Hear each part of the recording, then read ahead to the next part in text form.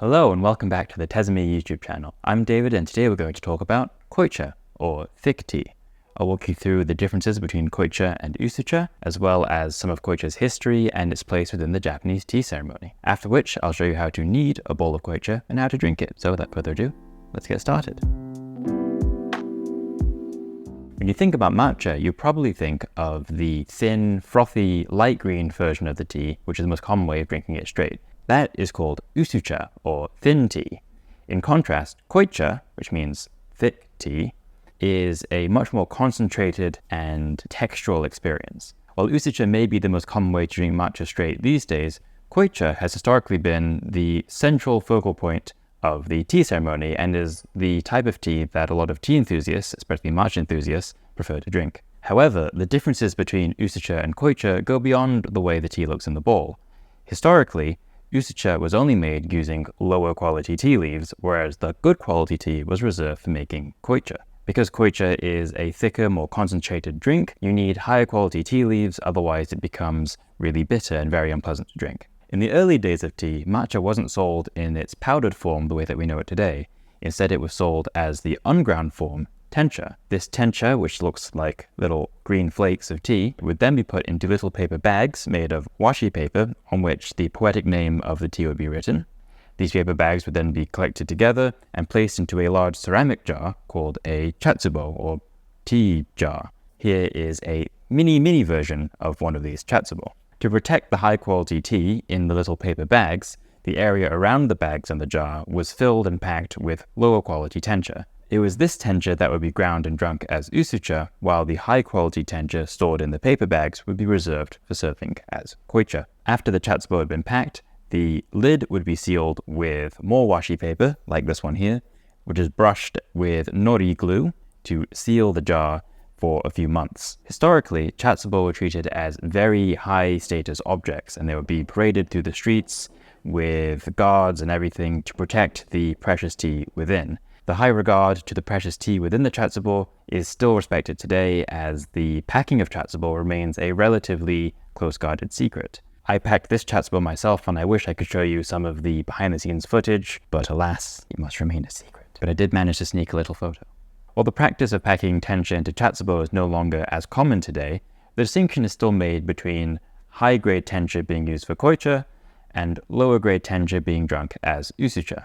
And when I say lower grades, I'm still talking about high quality tea that can be drunk straight as usucha, and is probably a higher quality tea than most of the matchas you'll find labeled as ceremonial grade. If you'd like to see a video on matcha quality and why ceremonial grade is a meaningless term, let me know in the comments down below. While there are no set rules for what qualifies tea to be koicha grade or usucha grade, there are some general patterns. For example, tea that is grown under shelf shading or is hand-picked is of a higher quality and therefore more suitable to be drunk as koicha. Conversely, tea that is grown under direct shading and mechanically harvested can still be of a very high quality, but is probably best reserved for usucha.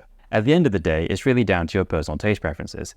If you like the way that your tea tastes as koicha, then go for it. But if you think that it is too bitter and grainy, then the tea is probably best suited for usucha, and you should get something of a higher quality to enjoy as koicha.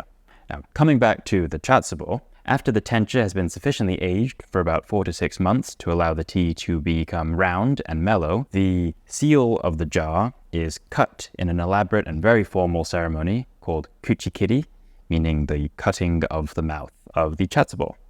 The tencha is then poured out and displayed to the guests, and then it is freshly ground and put into one of these. This is a chaire, meaning tea put in, and it is the ceramic vessel in which koicha grade matcha is brought into the tea room. As you can see, it is presented in a beautiful silk cloth, which again elevates the status of this tea. Pouch is called a fuku, and of course, to access the chaire inside, you have to take it out. Different tea schools do this different ways, but the idea is the same.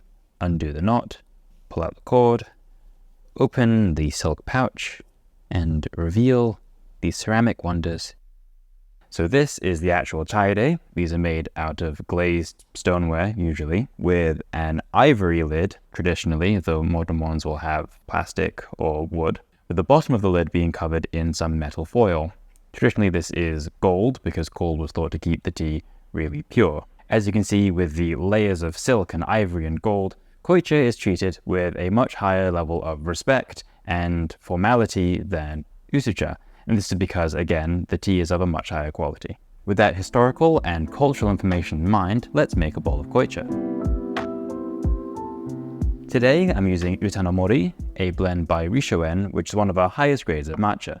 The tencha used to make this tea is a blend of samidori, narino, ujihikari, and asahi tencha, mostly grown by Terakawa-san, who we visited earlier this year. Terakawa-san's matcha has been recognized by the emperor and is some of the highest grade tencha available on the market. I also have with me today a chasen, a chashaku, a chakin, and of course, a tea bowl, or chawan. You'll also need a sifter and a scale. If you make koicha often enough, you probably don't need the scale, as you can do it all by eye and by feel, but today I'll use a scale so we can be extra precise. First things first, you'll need to heat your water. Now, for Usucha, I recommend between 70 degrees Celsius and 80 degrees Celsius, but for koicha, I usually recommend going slightly higher. This is because the tea will cool a lot more while you're making it. So I'll be heating my kettle to 85 degrees Celsius. As always, chasen toji. If you don't know, chasen toji is the process of wetting the bamboo whisk to make sure that the tines are nice and soft. Today, I'm using a regular shin-kazuo whisk. This is usually used for usucha, but works just well enough for making a single bowl of koicha. However, if you make a lot of koicha, I definitely recommend getting a dedicated koicha whisk like this Oaraho chasen. They have much thicker tines and can stand up better to the rigors of kneading koicha. To learn more about the differences between different types of chasen, check out our video over here. Now that the chasen is soaked and the chawan is nice and warm, we'll have to dry it to make sure that the matcha that we put in there doesn't clump. Today I'm using a very interestingly shaped kutsugata, or shoe-shaped, kuro-oribe chawan that I designed in collaboration with Kato Hiroshige of Kasen Kiln. The strange shape of this chawan will make an interesting challenge when it comes to making koicha. If you want to learn more about the differences between different types of chawan, let me know in the comments down below. Now that everything is preheated, it's time to weigh and sift our matcha. With the scale taired to 0 with the sifter on it, we need to weigh out between 3 and 4 grams of matcha. We need to weigh out between 3 and 4 grams of matcha. Today, I'll be using 4 grams. As always, sifting is a vital part of making matcha, as if you don't sift the tea, it can be very clumpy. Usually, I will pre-sift most of my matcha using a sifter can of some sort, but today I'm sifting fresh. One of the downsides to sifting fresh is that it can often leave a big mound of matcha in the middle, so you can use the chashaku to just even that out. And tap the chashaku to get any extra matcha. Now with the scale re-taired, we'll need to add between 20 and 40 grams of water. The amount you'll actually want to use will depend on how thick or thin you want your koicha. I'll show you the whole range of textures from really thick to a little more runny, so you can decide what type of koicha you want to make.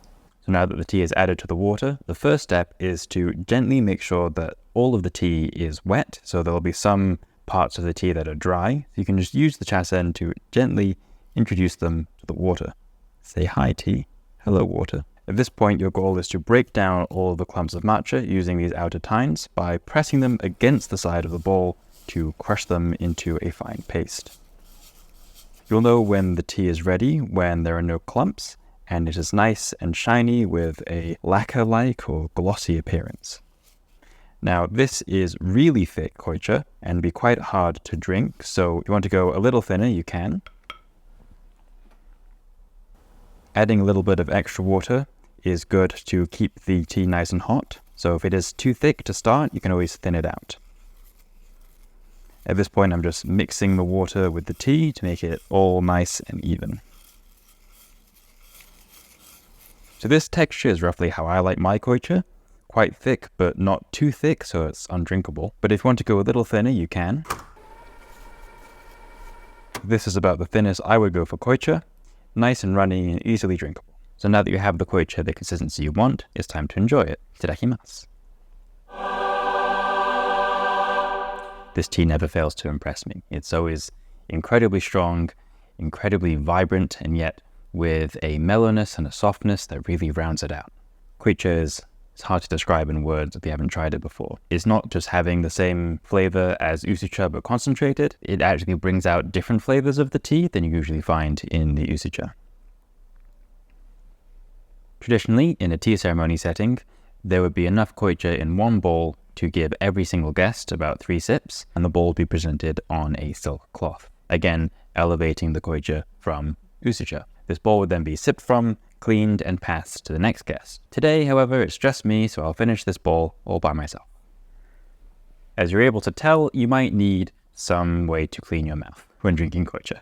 If you made your koicha quite thin, then you should be able to drink all of it without leaving much left in the bowl. But if you made a really thick bowl of koicha, then there can be quite a bit of koicha residue, or chano ato, stuck to the side of the chawan. If this is the case, you can actually add some more hot water and whisk this into a quick and dirty usucha, which I think I will do right now.